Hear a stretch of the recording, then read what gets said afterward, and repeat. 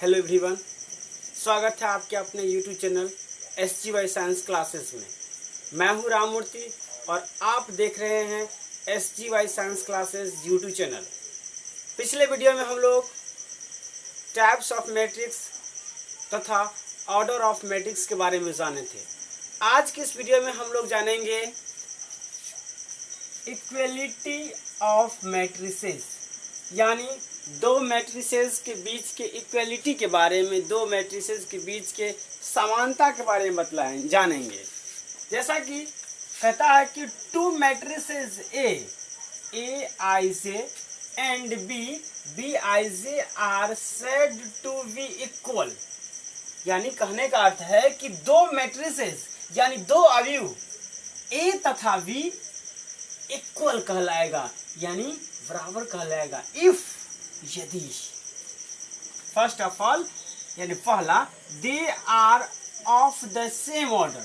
सबसे पहली बात कि यदि वह सेम ऑर्डर का हो, यानी जितना ऑर्डर ए का हो उतना ही ऑर्डर बी का हो। और सेकेंड कंडीशन है इच एलिमेंट ऑफ ए, यानी ए की प्रत्येक एलिमेंट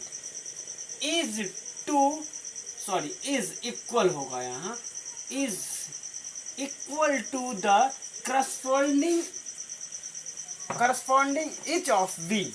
और क्या हो, पहली बात तो ए का जो ऑर्डर है वह बी के ऑर्डर के बराबर हो, क्या हो, ए का ऑर्डर बी के ऑर्डर के बराबर हो। और दूसरी बात कि ए के प्रत्येक एलिमेंट के लिए बी का प्रत्येक संगत एलिमेंट क्या हो, बराबर हो, इक्वल हो। दैट इज अर्थात ए आई जे बराबर बी आई जे, यानी ए आई जे बराबर B I J for all, यानी इस सिंबल का मतलब होता है फॉर ऑल। इसका मतलब होता है क्या, फॉर ऑल, यानी सभी के लिए।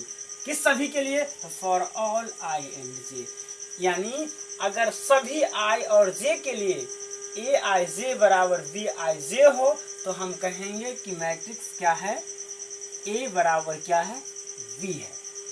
एग्जाम्पल के लिए ले सकते हैं, यहाँ पर देखिए ये जो मैट्रिक्स है और इस मैट्रिक्स को देखिए, इन दोनों मैट्रिक्स को गौर से देखिए। यहाँ पर देखिए ये जो दो है वह फर्स्ट रो और फर्स्ट कॉलम का एलिमेंट है, उसी प्रकार से यहाँ देखिए फर्स्ट रो और फर्स्ट कॉलम का एलिमेंट क्या है, 2 है। इस एलिमेंट को देखिए, ये फर्स्ट रो और सेकेंड कॉलम का एलिमेंट है और उसके ही बराबर ये एलिमेंट है जो फर्स्ट रो और फर्स्ट सेकेंड कॉलम का एलिमेंट है। फिर इस एलिमेंट को देखिए, ये भी वही है, सेकेंड रो और फर्स्ट कॉलम का एलिमेंट है, तो यहाँ भी 0 क्या है, सेकेंड रो और फर्स्ट कॉलम का एलिमेंट है। यहाँ 1 जो है सेकेंड रो और सेकेंड कॉलम का एलिमेंट है, लेकिन और यहाँ पर 1 भी सेकेंड रो और सेकेंड कॉलम का एलिमेंट है। तो इस प्रकार से हम कह सकते हैं कि इस मैट्रिक्स के सभी एलिमेंट का संगत एलिमेंट यहाँ क्या है, आपस में बराबर है। क्या है, आपस में बराबर है। तो कहेंगे कि ये दोनों मैट्रिक्स जो है वह क्या है, इक्वल है, यानी क्या है, बराबर है। लेकिन यदि आप इन दोनों मैट्रिसेस को लेंगे तो यहाँ देखिए फर्स्ट रो तथा फर्स्ट कॉलम का a element first row first column की इस एलिमेंट के बराबर है, परंतु देखिए फर्स्ट रो और ये सेकेंड कॉलम का एलिमेंट, ये किस कॉलम का, ये फर्स्ट रो का है, किस रो का है, फर्स्ट रो का है, परंतु सेकेंड कॉलम का एलिमेंट है जिसका वैल्यू क्या है, सेकेंड कॉलम का एलिमेंट है जिसका वैल्यू क्या है, 0 है। लेकिन यहाँ यदि आप फर्स्ट रो और सेकेंड कॉलम का एलिमेंट लेते हैं, यहाँ वैल्यू क्या है, 3 है। इसका मतलब ये दोनों मैट्रिक्स जो है बराबर नहीं है। इसलिए मैंने लिख दिया है इतना, यानी 2 3 0 1 and 2 3 0 1 are equal but and, या यहाँ पर बट लिख सकते हैं, आप दे सकते हैं but 2 0 3 1 and 2 3 0 1 are not equal, यानी ये दोनों बराबर हैं लेकिन ये दोनों आपस में बराबर नहीं हैं। चलिए अब हम लोग इक्वलिटी ऑफ मैट्रिसेस पर कुछ प्रश्न को देखते हैं, यानी question based on equality of matrices. इससे पहले हम लोग इक्वलिटी ऑफ मैट्रिसेस पढ़े थे। अब हम लोग इस इक्वलिटी ऑफ मैट्रिसेस पर कुछ सवाल को देखते हैं। देखिए, जैसा कि यहाँ एक सवाल दिया गया है, कहता है कि यहाँ एक मैट्रिक्स जो है वह एक दूसरे मैट्रिक्स के बराबर है। तब हमसे कहा गया है कि find the value of A B C X Y and Z. हमसे पूछा गया है कि आप A B C X Y और जेड का मान ज्ञात कीजिए। तो चलिए फ्रेंड्स, जैसा कि आपको मालूम है, इक्वलिटी ऑफ टू मैट्रिसेस की प्रॉपर्टी कहता है कि अगर दो मैट्रिक्स बराबर है, क्या है, आपस में बराबर है, तो पहली बात, दोनों मैट्रिक्स का जो ऑर्डर होना चाहिए वह सेम होना चाहिए। क्या होना चाहिए? सेम होना चाहिए। उसके बाद जो सेकेंड कंडीशन कहता है कि पहले मैट्रिक्स का एलिमेंट दूसरे मैट्रिक्स के करस्पॉन्डिंग एलिमेंट के बराबर होना चाहिए, या दूसरे मैट्रिक्स का प्रत्येक एलिमेंट पहले मैट्रिक्स के करस्पॉन्डिंग एलिमेंट के बराबर होना चाहिए। तो आइए हम उसी डिफिनीशन के अनुसार से और उसी कंडीशन के अनुसार से इस प्रश्न को सॉल्व करते हैं। तो अब देखिए, इक्वलिटी ऑफ मैट्रिसेस के कंडीशन के आधार से यहाँ जो फर्स्ट रो और फर्स्ट कॉलम का एलिमेंट है x प्लस 3, वह इस मैट्रिक्स के फर्स्ट रो और फर्स्ट कॉलम, जो वैसे एलिमेंट जो फर्स्ट रो और फर्स्ट कॉलम में आते हैं वे बराबर होंगे। इसका मतलब है कि x प्लस 3 बराबर किसका होंगे? 0 के। तो यहाँ से कहेंगे x प्लस 3 बराबर क्या होगा फ्रेंड्स? 0। तो इस प्रकार से यहाँ से हमें x का मान मिल जाता है -3। फिर कहेंगे कि अगर फर्स्ट रो और सेकेंड कॉलम का एलिमेंट क्या है? z प्लस 4, तो वो बराबर होगा इस मैट्रिसेस के फर्स्ट रो और सेकेंड कॉलम के एलिमेंट, यानी 6 के बराबर होगा। किसके बराबर होगा? 6 के बराबर होगा। तो यहाँ पर कहेंगे z प्लस 4 बराबर 6, और जब हम इस 4 को उधर ले जाएंगे तो यहाँ पर हमें क्या मिलेगा? 4 में से 6 घट जाएगा और यहाँ पर हमें z का वैल्यू 2 मिल जाएगा। क्या मिलेगा दोस्तों? 2 मिलेगा। उसी प्रकार से यदि आप देखते हैं तो कहेंगे इसका जो है फर्स्ट रो और थर्ड कॉलम का एलिमेंट इस मैट्रिक्स के फर्स्ट रो और थर्ड कॉलम के एलिमेंट के बराबर होंगे, यानी यहाँ से हम लिख सकते हैं 2y माइनस 7 बराबर यहाँ लिखेंगे 3y माइनस 2। क्या लिखेंगे? 3y minus 2। अब देखिए, अगर और इसे आप सॉल्व करेंगे तो कहेंगे इस 2y को उधर ले जाएंगे तो मेरे पास y बचेगा, और इसको इधर लाएंगे तो मेरे पास क्या बचेगा? -5 बचेगा। तो इस प्रकार से हमें y का मान क्या मिलेगा? -5 मिलेगा। क्या मिलेगा? -5 मिलेगा। क्या मिलेगा? -5 मिलेगा। अब देखिए, फिर से कहेंगे, अब a का वैल्यू यहाँ है, तो कहेंगे यहाँ से ये जो एलिमेंट है वह सेकेंड रो, किस रो का है? सेकेंड रो और सेकेंड कॉलम का एलिमेंट है। तो यहाँ भी ये जो एलिमेंट है यह इस मैट्रिक्स के सेकेंड रो और सेकेंड कॉलम के एलिमेंट के बराबर होंगे, यानी a माइनस 1 बराबर होगा -3 के। किसके बराबर होगा? -3 के। a माइनस 1 बराबर होंगे -3 के। तो यहाँ से हम लोग कह सकते हैं -1 को उधर ले जाएंगे प्लस हो जाएगा, और यहाँ से कहेंगे a बराबर क्या हो गया? -2। क्या हो गया? a बराबर -2।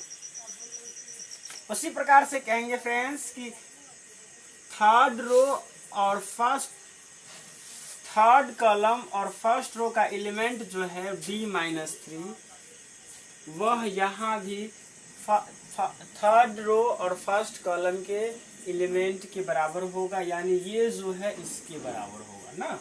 तो यहाँ पर कहेंगे b-3 बराबर 2b + 4।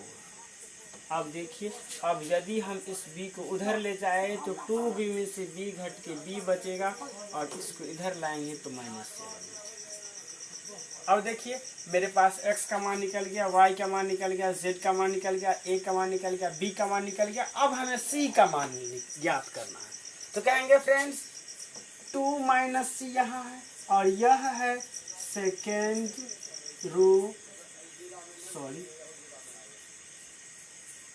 सेकेंड रो और थर्ड कॉलम का एलिमेंट है। किसका एलिमेंट है? सेकेंड रो और थर्ड कॉलम का एलिमेंट है। तो यहाँ जो सेकेंड रो थर्ड कॉलम का एलिमेंट है तो इस मैट्रिक्स के सेकेंड रो और थर्ड कॉलम के एलिमेंट के बराबर होंगे, यानी हम लिख सकते हैं 2c + 2 = 0। क्या लिख सकते हैं? 2c + 2 = 0 और यहाँ से हमें मिलेगा c = -1। तो देखिए फ्रेंड्स, इस प्रकार से हम लोग इक्वलिटीज ऑफ टू मैट्रिक्स के अनुसार से a b c x y z सभी वेरिएबल्स का मान इजी वे से निकाल लिए। आप इसे 2 मिनट ओवरव्यू लीजिए, उसके बाद फिर हम नेक्स्ट सवाल पर आते हैं। जल्दी कीजिएगा।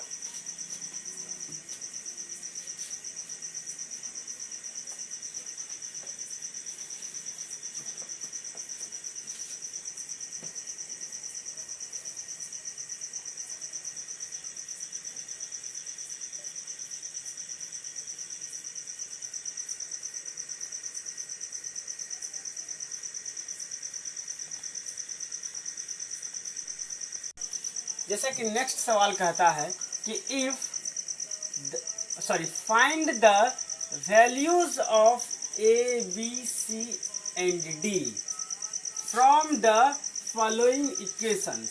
यानी नीचे दिए गए इक्वेशन से आप a b और c और d का मान निकालिए। देखिए यहाँ पर हमें मैट्रिक्स के फॉर्म में इक्वेशन दिया गया है और कहता है कि इस इक्वेशन से आप a b c और d का मान ज्ञात कीजिए। अब देखिए यहाँ पर भी वही प्रॉपर्टी लगेगा, इक्वलिटी ऑफ टू मैट्रिसेस का ही प्रॉपर्टी लगेगा। देखिए कहता है कि ये जो मैट्रिक्स है इस मैट्रिक्स के बराबर है। तो यहाँ से हमें a b c और d का मान निकालना है। तो सबसे पहले ध्यान देंगे कि कोई भी मैट्रिक्स बराबर कब होता है? जब उसका ऑर्डर समान हो। क्या हो? ऑर्डर समान हो तथा दोनों मैट्रिक्स का जो संगत एलिमेंट है वह क्या हो? बराबर हो। तो इसका मतलब है कि यहाँ जो ये जो एलिमेंट है, यानी इस एलिमेंट को हम a11 कह सकते हैं। तो इस मैट्रिक्स का जो a11 एलिमेंट है वह इस मैट्रिक्स के a11 एलिमेंट के बराबर होंगे। इसका मतलब है कि 2a + b जो है वह किसके बराबर होंगे? 4 के बराबर। किसके बराबर होंगे? 4 के बराबर होंगे। और आप यहाँ से कह सकते हैं 4 के बराबर होंगे और आप यहाँ से b का मान भी निकाल सकते हैं। कह सकते हैं कि b = 4 - 2a। क्या कह सकते हैं? b = 4 - 2a। इसे आप समीकरण 1 मान लें। फिर कहेंगे ये जो एलिमेंट है, यदि हम इस एलिमेंट को a12 माने तो इस मैट्रिक्स के लिए ये एलिमेंट क्या होगा? a12। और इक्वलिटी ऑफ टू मैट्रिक्स के प्रॉपर्टी से ये दोनों क्या होंगे? आपस में बराबर होंगे। यहाँ से हम लोग कहेंगे a - 2b बराबर क्या होगा? -3। और देखिए यहाँ पर b का मान है, यहाँ रख देते हैं। तो कहेंगे a - 2 और b के स्थान पर क्या रखेंगे? 4 - 2a बराबर क्या हो जाएगा? -3। और इसे सॉल्व करेंगे तो कहेंगे a - 8 --+4a और बराबर ये क्या हो जाएगा? -3। इस 8 को अगर उधर ले जाएंगे तो ये प्लस में बदल जाएगा और ये दोनों जुट जाएगा, यानी मुझे मिलेगा 5a = 5, यानी यहाँ से मिलेगा a = 1। और फ्रॉम फर्स्ट आप लिख सकते हैं b = 4 - 2 और a का मान आपको मिला 1, यानी b का मान आपको आ गया 4 - 2 = 2। b का मान क्या आ गया? 2 आ गया। अब देखिए फिर कहेंगे अगर इसे आप a21 माने तो यहाँ भी ये एलिमेंट क्या होगा? a21 होगा और दोनों क्या होंगे? आपस में बराबर होंगे। तो इस प्रकार से आप लिख सकते हैं 5c माइनस डी बराबर -11, और आप यहाँ से d का मान निकालेंगे तो कहेंगे d बराबर 5c प्लस 11। इसे आप समीकरण 2 माने। क्या माने? समीकरण 2 मानिए। और देखिए फिर अगर आप इस इक्वेशन से चलेंगे तो कहेंगे कि ये अगर a22 है तो यहाँ भी a एलिमेंट क्या होगा? a22 होगा, और दोनों आपस में क्या होंगे? बराबर होंगे। यहाँ से आप कह सकते हैं कि 4c प्लस 3d बराबर क्या होगा? 24 होगा। क्या होगा? 24 होगा। और देखिए d का मान c के टर्म में है ही, तो आप यहाँ से 4c और d के स्थान पर d का मान पुट कर दीजिए। 5c प्लस 11 बराबर क्या हो जाएगा आपको? 24। और यहाँ से आप कह सकते हैं कि 4c इसको मल्टीप्लाई कीजिएगा तो 15c मिलेगा प्लस 34 मिलेगा, बराबर क्या हो जाएगा? 33 मिलेगा, और बराबर क्या हो जाएगा?